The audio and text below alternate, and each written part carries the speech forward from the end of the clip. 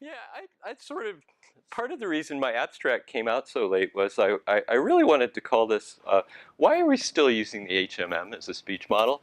But I'm really not, you know, it seemed sort of um, dishonest for me to do that because, I mean, I will get to that hopefully, but I'm not sure what, if I'm really the right person to say that, but I still would like to get rid of it. So I'm going to describe work that's taking place at ICSI over, I don't know, last 5 years. And Morgan, of course, played a central role in this because I was at Cisco and was fortunate enough to have a, oh, maybe I'll put this slide on first. So I was at Cisco and was fortunate enough to have an NSF get funded. And you know, honestly, it never occurred to me that I could do this NSF while I was at Cisco. But Morgan was like, and, and, and he's like, yeah, you should really think about this. And I talked to Larry Gillick, and I was like, do you think that would be crazy to do? And he's like, no, listen to Morgan. And and so I did.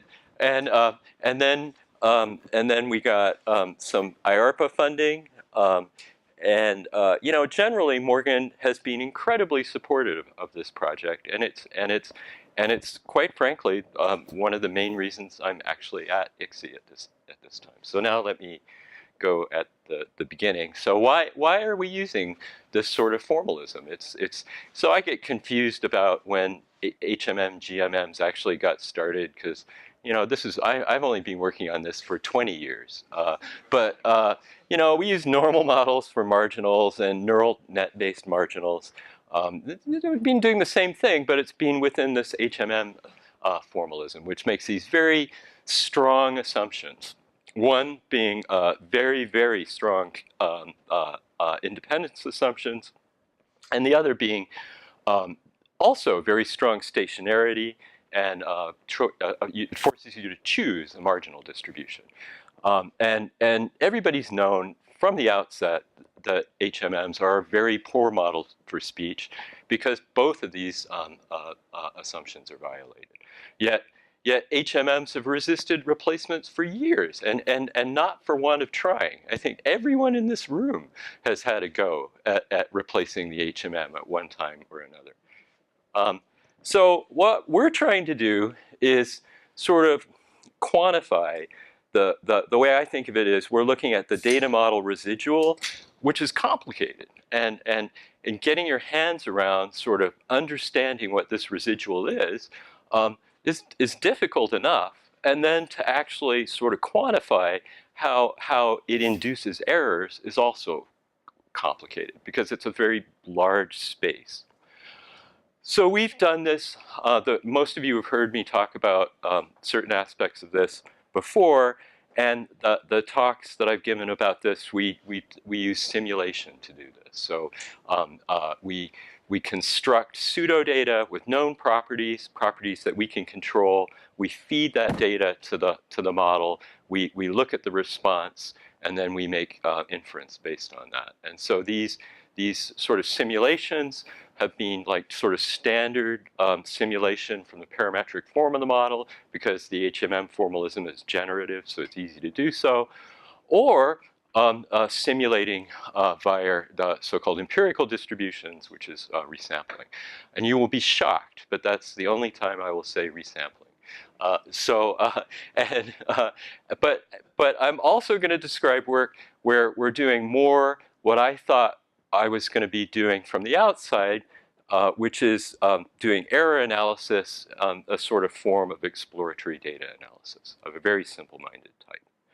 And then, like I said, we have these three projects, and I'll spend the first part of the talk talking about the first two, which I have talked about before, match training and test, mismatch training and test, and a new project where we're trying to understand how hybrid HMM neural nets, how they improve accuracy. And the whole idea, again, is I want to understand what's failing and what's not failing to try and infer a path forward out of this dilemma, because we've spent 30 plus years trying to get rid of these guys and it hasn't worked. So let's try and understand what's going on a little better. That's the idea. And here are my sort of collaborators, including Morgan and Jordan and Shoei and Suma.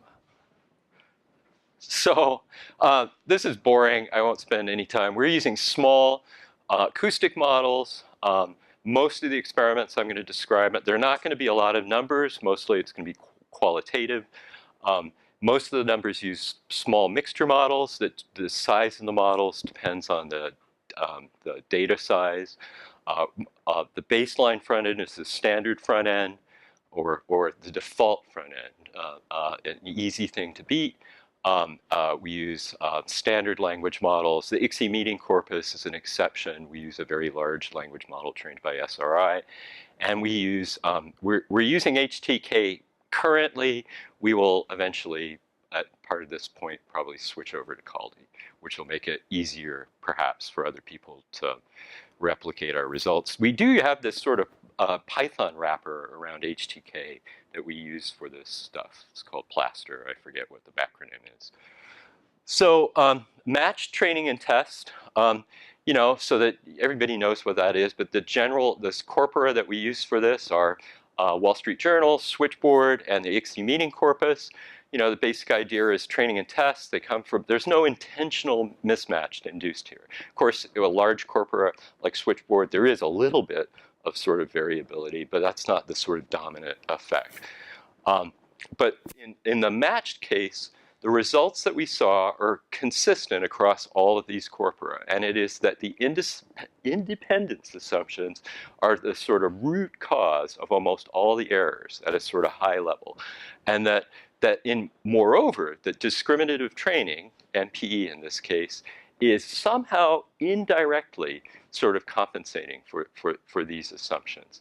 And that it is improving accuracy but via these independence assumptions, which I will, to be quite honest with you, was part of the impetus from the very beginning, was to understand what MPE was doing. How was it improving speech recognition accuracy? This is a project that Larry Gillick and I have been somewhat obsessed with for many, many years. So and I'm just going to restate this in that the idea is that the model, it thinks that each frame that it sees is an independent piece of acoustic evidence. But the data isn't like that.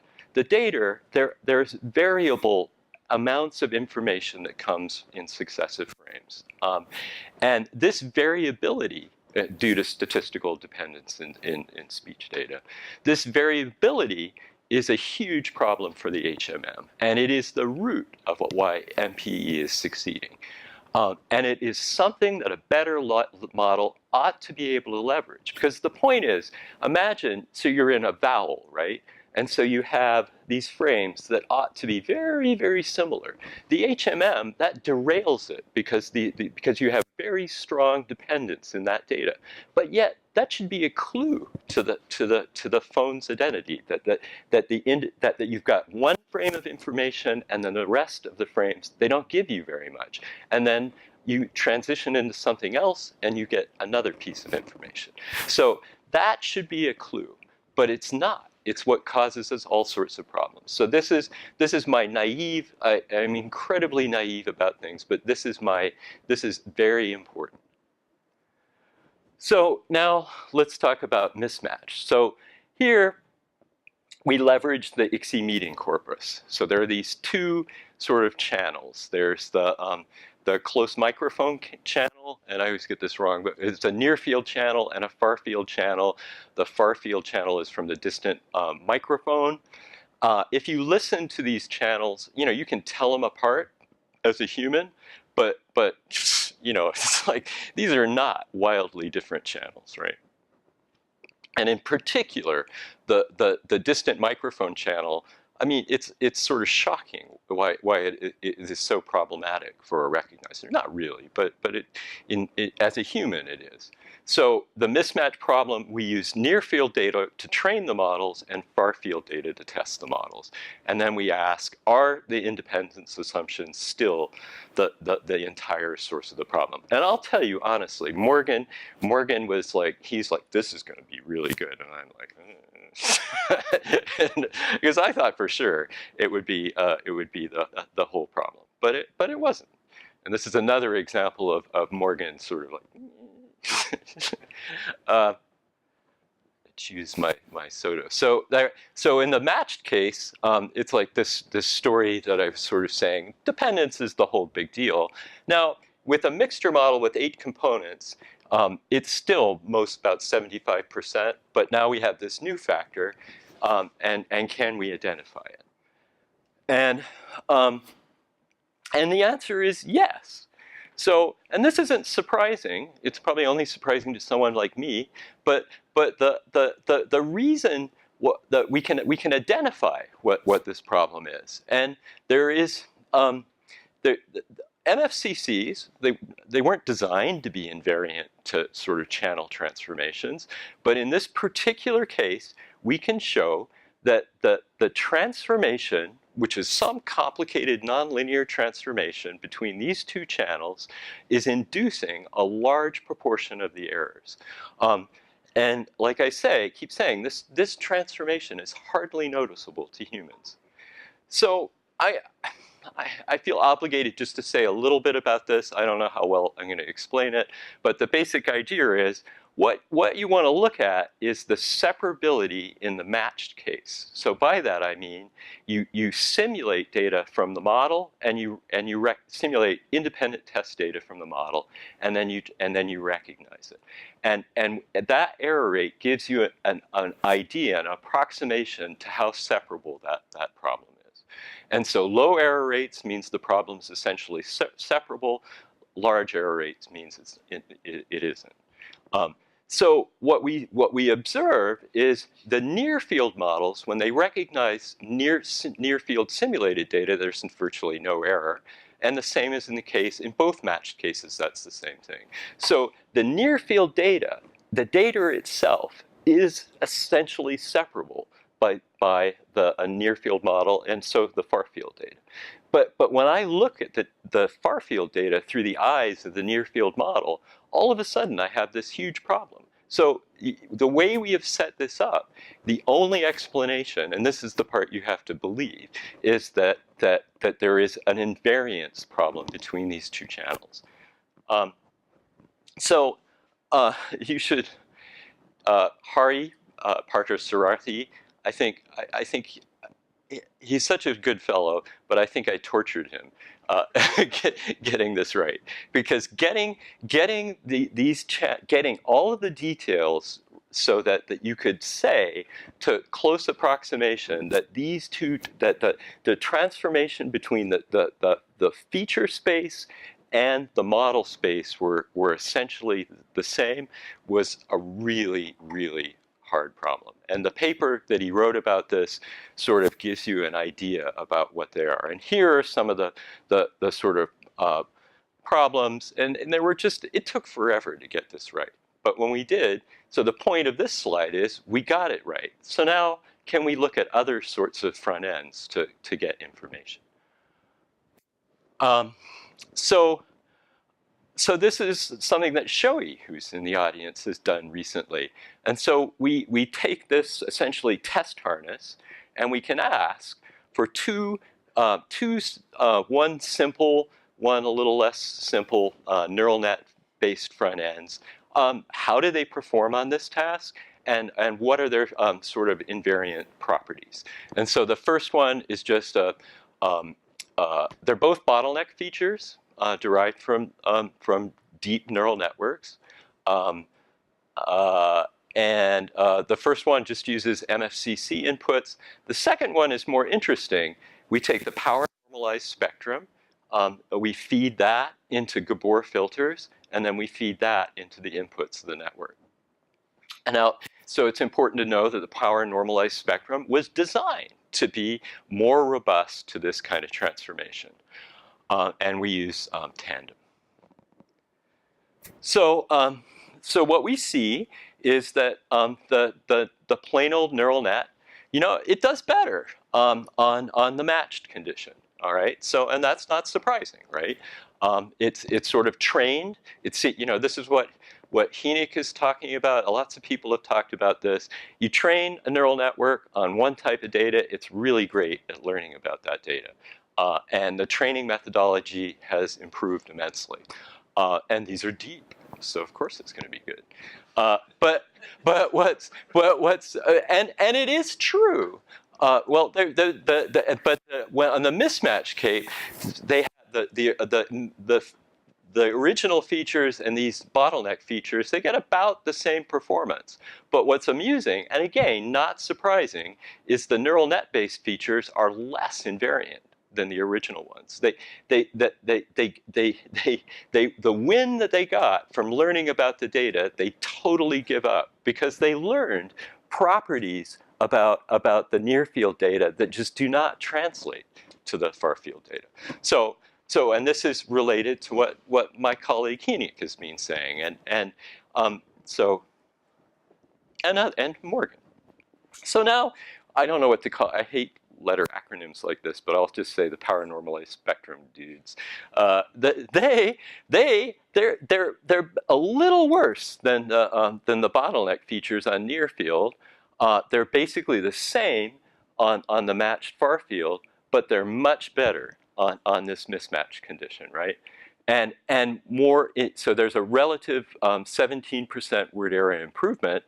And the cool thing is they're twice as invariant in this sort of measure that we have than the original MFCCs.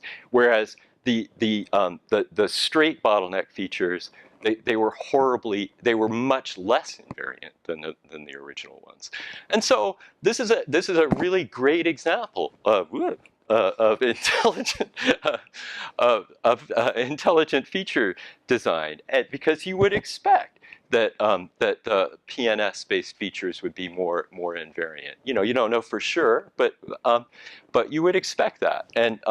And what we don't know, we haven't run the clean experiment as to which of these guys are contributing what. Is it a property of the Gabors or what? We haven't teased that out. But nevertheless, I thought this was good.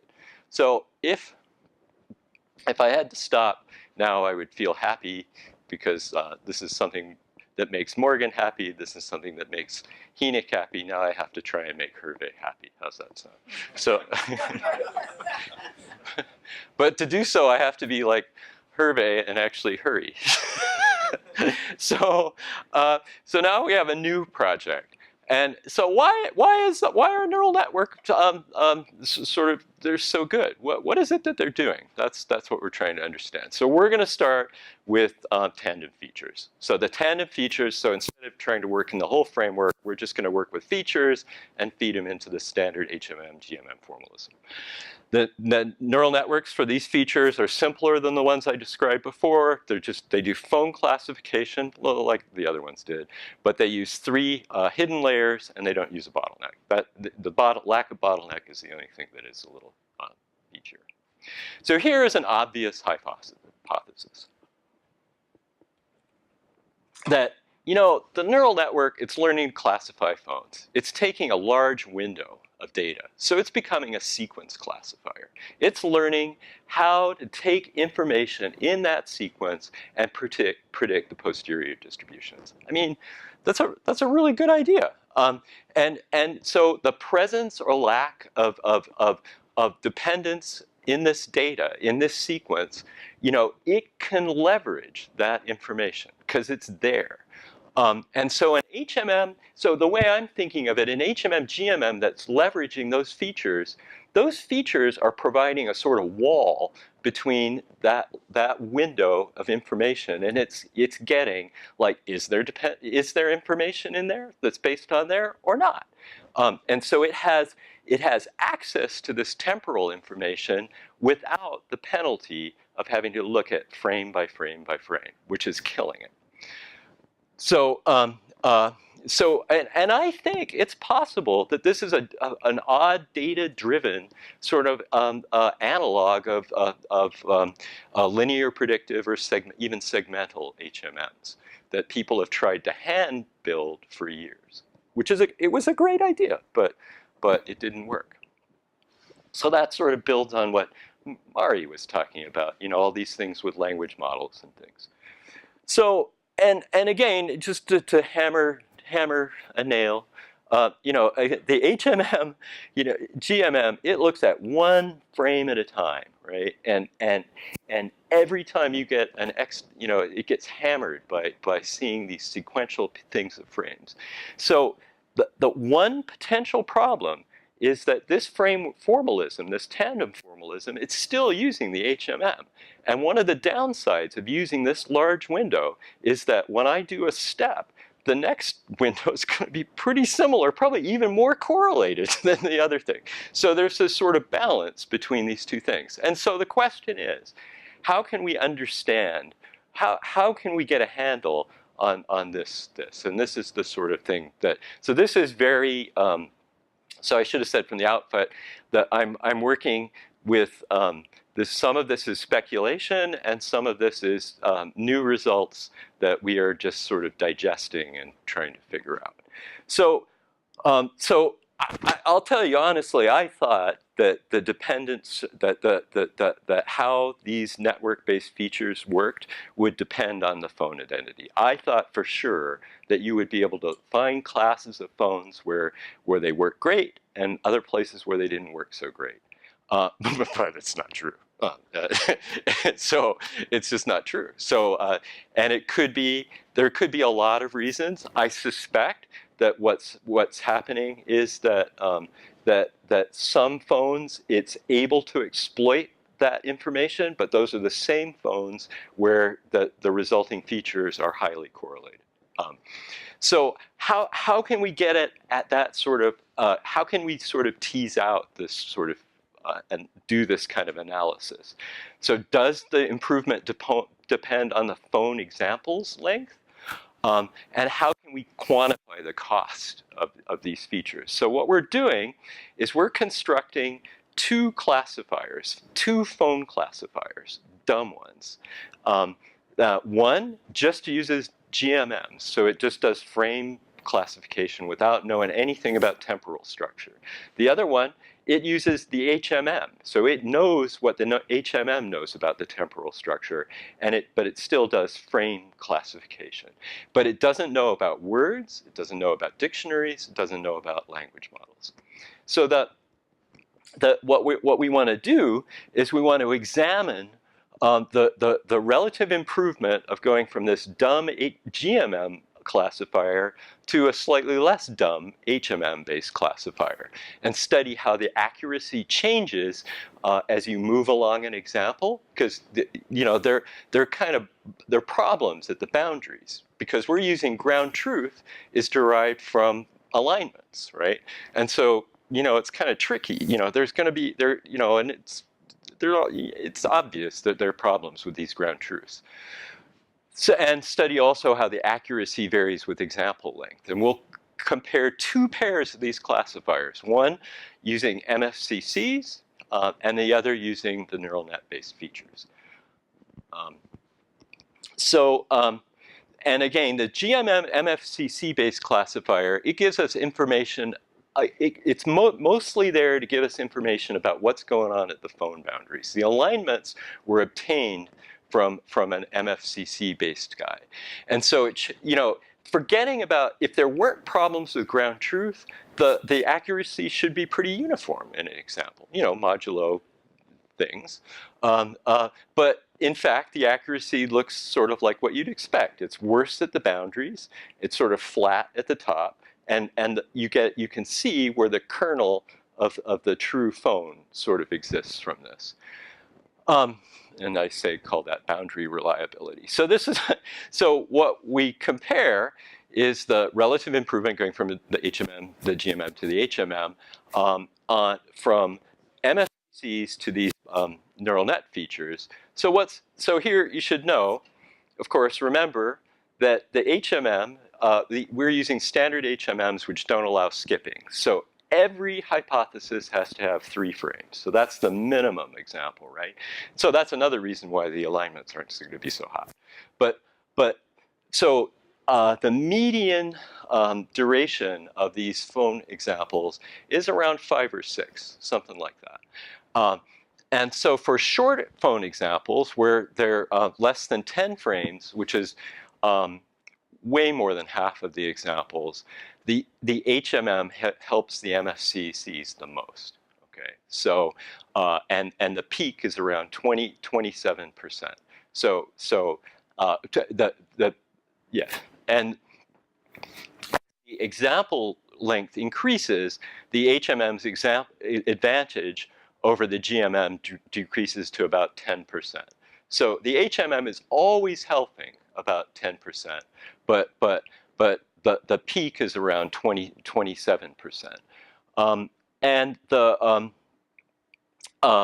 neural network based examples I left out what they do, sorry. They are much less. They're around the 20% range. So they're in this area where the MFCC peaks at about 27%, they're about 7 percentage points down, around 20. So it's helping them, but not as much. So so there are a couple of possible explanations, and so this is this is work in progress. We have a lot more sort of analysis to do, but it's so there's one thing is that because of recognition, long phone examples, there's a lot of crap in that. A lot of times the reason why the example is long is because the decoder is confused, right? That another possibility, and it's something I never really considered from the outset of this project, is that dependence in longer phone examples are going to be more problematic. And I'm becoming more convinced that is true. Also, another very tempting thing that we're trying to understand is that the neural net really is learning enough temporal structure that it doesn't need the help of the HMM as much, whereas the MFCCs, it does. And another possibility is this hypothesis about the features being more dependent. So, but what looking at this data and looking at recent results from Andrew Maas, who's been using, I'm just going to call them recurrent neural nets because I've been infected with Nelson's and I can't remember. I always get long-term, short-term, whatever. But short-term, yeah. But so it seems possible that you might be able to use some very simple model that captures the temporal structure, that just is sort of an on-off sort of model that says, okay, I'm in here, I'm waiting, and then, okay, I'm done. And just a little bit of structure to carry it through. And an RNN-based sort of model where you're mapping sequences to sequences and being able just to predict when that transition makes a huge amount of sense to me. So I've reached to the end because I've agreed with Heening, and with Hervé, and it's time for me to give it. Oh yeah. So I am not the winner in the contest. I wrote this slide at lunch. I forgot to do my spell checking too, so I did that at lunch. But yeah, this was at lunch. But my follow-ons they finished in the last talk or the talk before. So thank you. I'm done.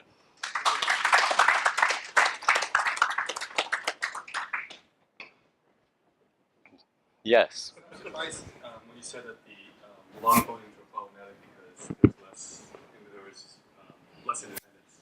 It seems like that would be the easiest thing to recognize, is you've got all this long phoneme that should be getting that right. Yeah, but I mean, you would think.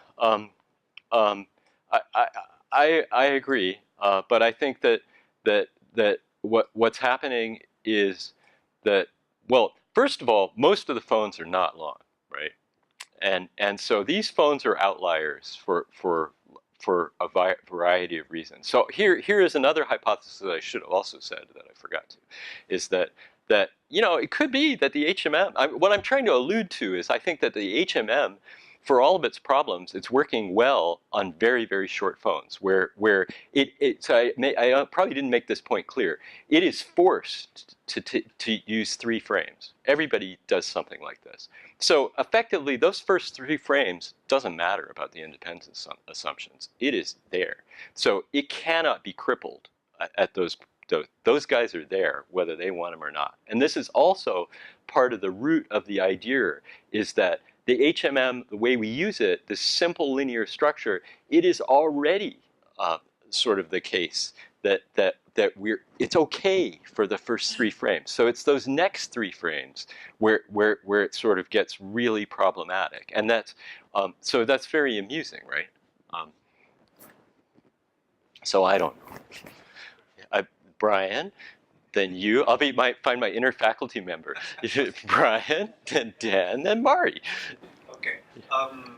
So very simple on-off temporal model sounds suspiciously like spam. Yeah. Well, so maybe. Yeah. I agree. I agree. I mean, it could be.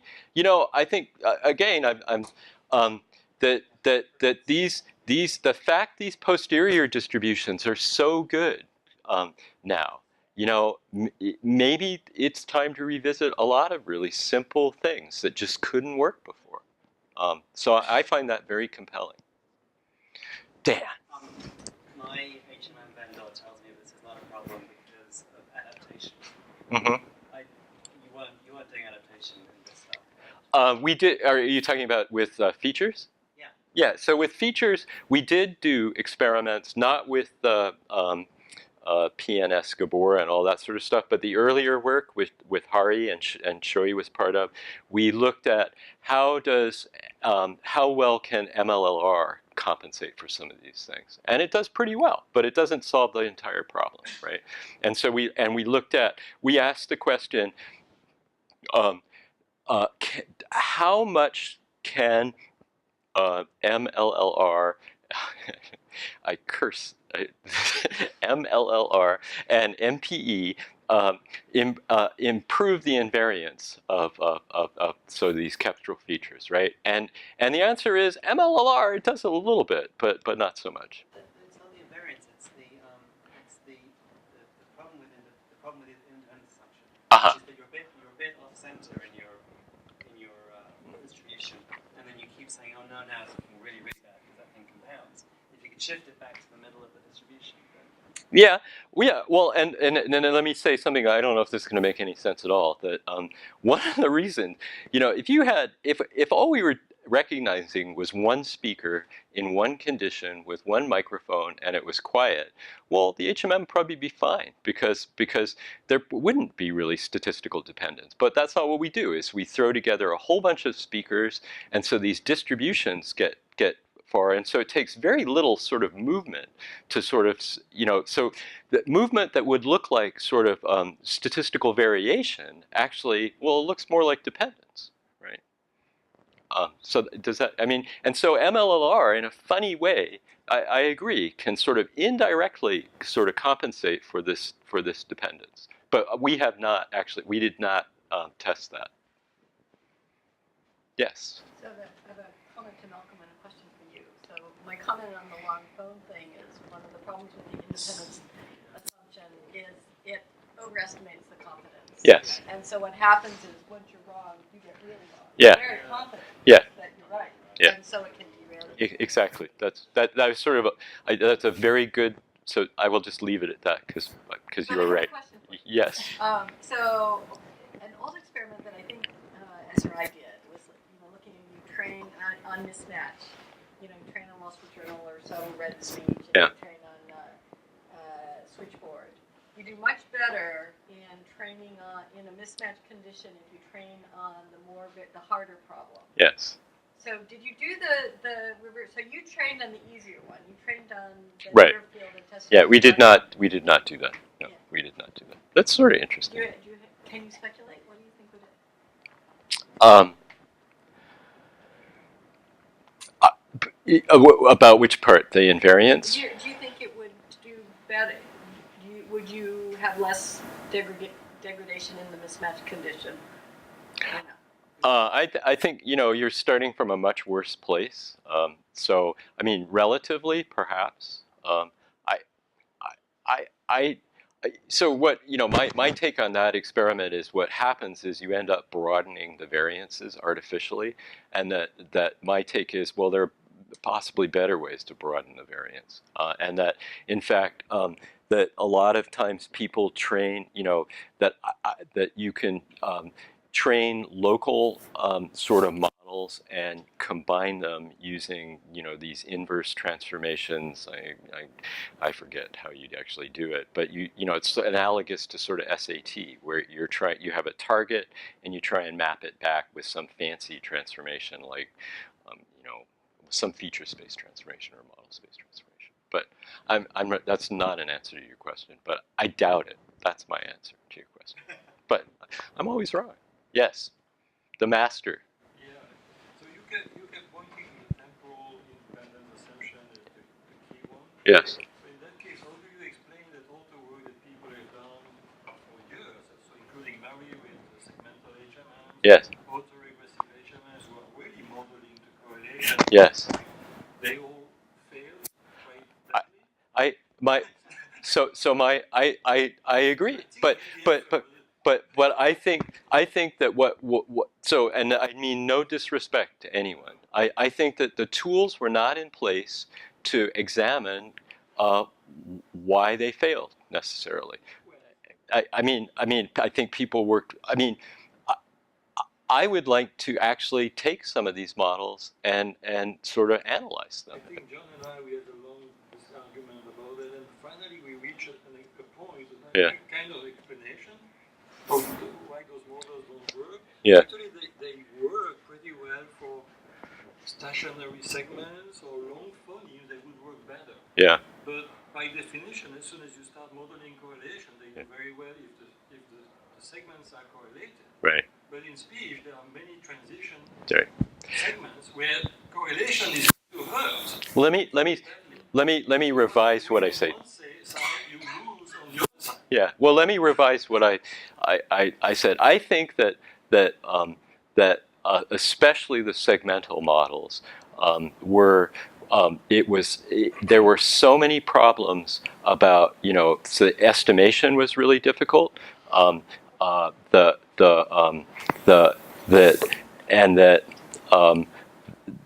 That there were really good ideas, but it was hard to construct models that were supportable by the data that people were using. I will disagree. There you go. Having worked on it. Yes. I think there were two big problems. Yes. I think one issue. So we did dynamical system stuff, so continuous state, depending on the past. And I think one problem in the model is that you want to do that across boundaries sometimes, but not all, which is your point. Yeah. And so you need to come up with a switching model. But I think the other thing is it was just harder to keep up. Yeah. There was a cultural problem. Well, no, it's not just a cultural problem. There's a software problem. Yeah. Well, yeah. You know, there was just there were so many people working on HMMs. Yeah. That, you know, every time a new good idea came along, Yeah. you'd have to work on it in a completely different. And it was in the DARPA. It was in the DARPA sort of thing. Also, that because the HMM has just got a simpler model, it just makes it easier to implement that. It's not like Yeah. not only they're more Yeah. doing it, but it's just easier to do it, and that counts for a huge amount. Yeah, the estimation algorithms are easy, or relatively easy, and it's easy to modify them. It's. So we're also doing autoregressive HMM. Yeah. With AT&T, they were doing non-linear. Yeah, no, I do. With neural network. Of course, it was not deep, but yet at that time it was just a predictive multilinear perceptron, and they had the same. They were facing the same problem. Yeah. It was really improving on some types of segments, but it was really hurting in Yeah. the transition. Yeah. All right. Well, I should enforce. See, I'm not in the back telling people that it's time to move on. I think it's time to move on.